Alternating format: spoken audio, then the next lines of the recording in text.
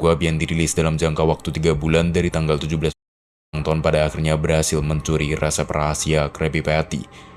Tapi beberapa rahasia memang seharusnya tidak perlu. Cerita dimulai ketika Plankton berhasil membobol masuk ke dalam ruang kantor Tuan Krabs dan mencuri botol kaca berisi resep rahasia Krabby Patty.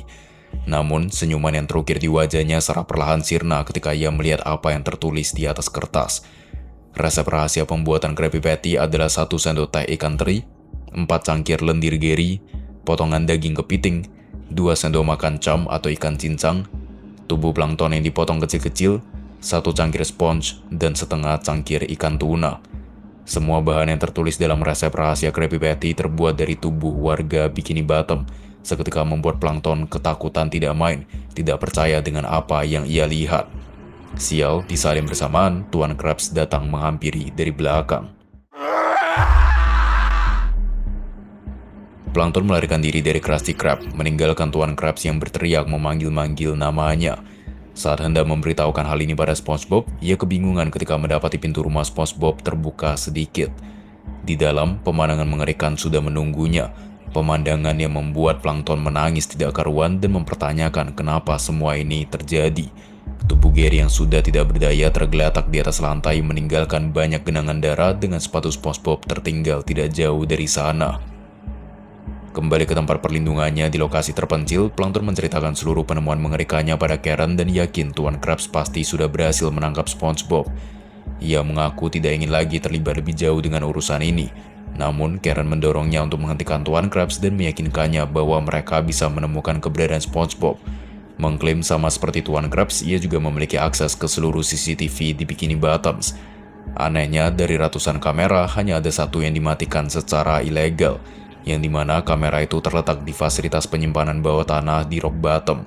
Karen yakin di sanalah Tuan Krabs menahan SpongeBob. Selain itu, Karen juga memberikan sebuah gelang yang bisa digunakan oleh Plankton untuk berkomunikasi dengannya dari jarak jauh. Tapi ia kemudian mengingatkan bahwa nanti setibanya di fasilitas penyimpanan bawah tanah di Rock Bottom, Plankton harus memasang chip komunikasi yang ada pada gelang itu ke dalam pemutus sirkuit agar ia bisa menyalakan kembali kamera CCTV di sana. Saat daya listrik menyala kembali, Plankton hanya perlu menggunakan sebuah tablet untuk mengetahui apakah SpongeBob benar ada di sana atau tidak. Meski sebenarnya keberatan harus melakukan ini sendirian, Plankton pada akhirnya mengikuti saran sang istri. Plankton mengambil bus menuju Rock Bottom dan mengikuti arahan Karen ke lokasi, di mana setelah beberapa kali diperhatikan oleh warga Rock Bottom, ia akhirnya tiba di gedung yang dimaksud. Tempat ia segera melepas chip komunikasi yang ada di gelang untuk diletakkan pada pemutus sirkuit dan menyalakan daya listrik seisi gedung.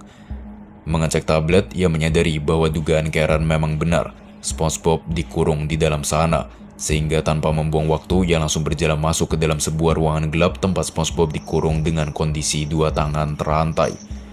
Plankton berjanji akan menyelamatkan SpongeBob, dan terlepas dari permohonan SpongeBob untuk tidak menyalakan lampu, ia tetap melakukannya. Sekali lagi, ia disambut dengan pemandangan mengerikan. SpongeBob kehilangan hampir seluruh spons yang menutupi organ dalamnya. Plankton menanyakan apa yang telah Tuan Krabs lakukan dan SpongeBob mengungkap bahwa selama ia masih hidup, Tuan Krabs akan terus-menerus mengambil spons di tubuhnya dan itu sangat menyakitkan. Ia lalu meminta maaf, menyadari bahwa selama ini ia telah salah lebih memilih mendengarkan Tuan Krabs. Ia tidak pernah bermaksud menyakiti Plankton. Untuk itu, kini ia memiliki satu permintaan terakhir, akhiri penderitaannya dengan menarik tuas di belakang.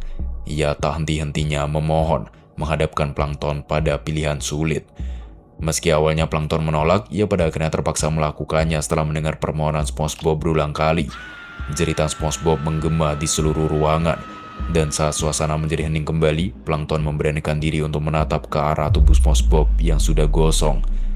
Sial, di saat dia sedang menangisi kematian SpongeBob, pintu keluar terkunci, diikuti dengan suara Tuan Krabs dari intercom yang tertawa dan memanggil namanya.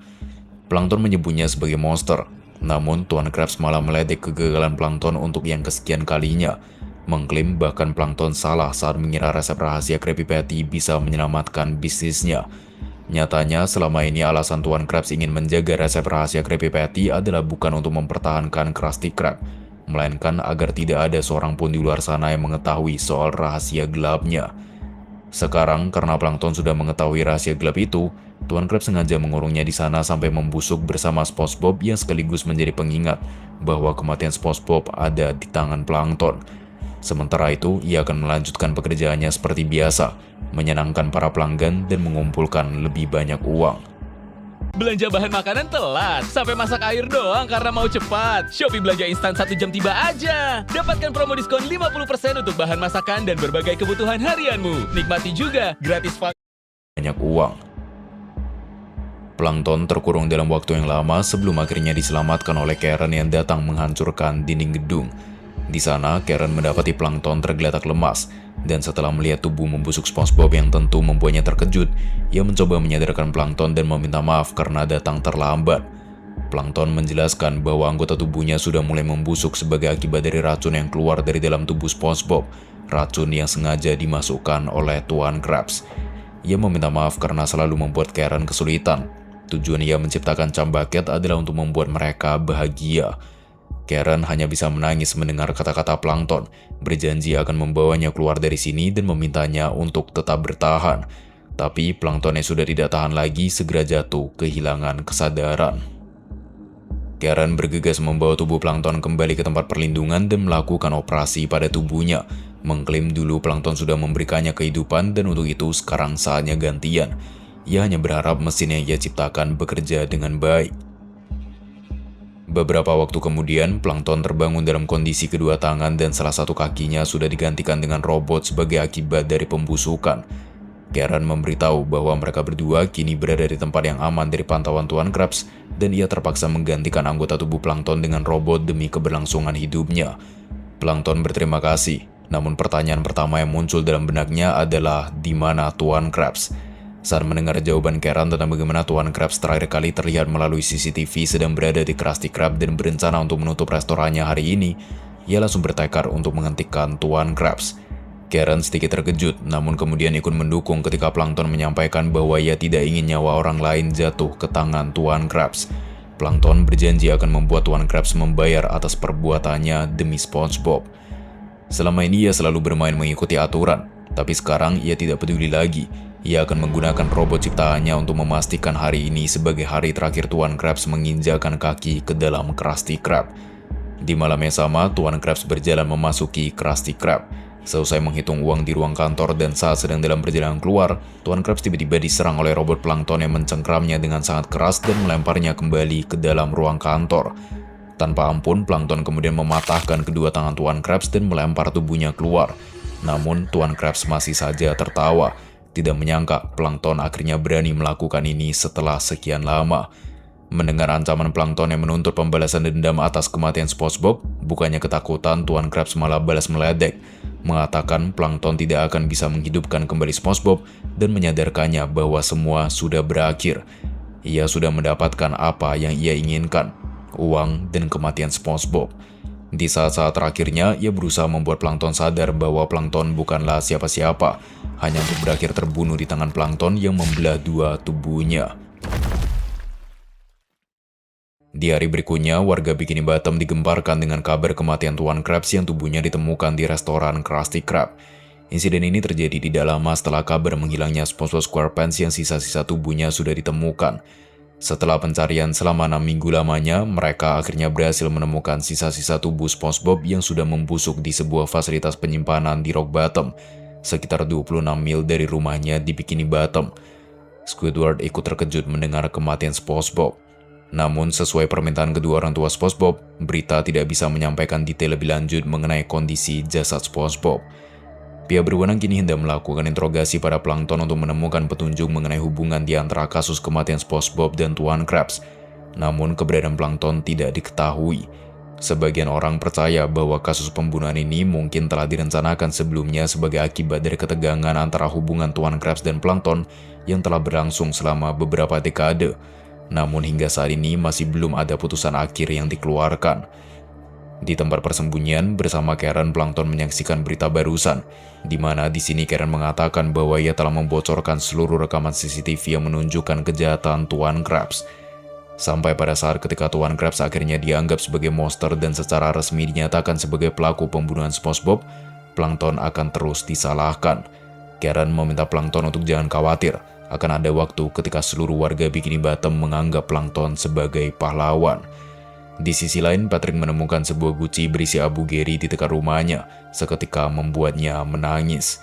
Guci itu sengaja diberikan oleh Plankton yang kini memutuskan untuk bersembunyi dari publik bersama Karen agar tidak disalahkan. Tatapan Plankton benar-benar kosong, paling tidak sebelum ia tiba-tiba saja mendapatkan penglihatan mengenai SpongeBob yang terduduk di pinggir bukit bersama Gary. SpongeBob menoleh ke belakang sambil tersenyum dan secara perlahan musnah.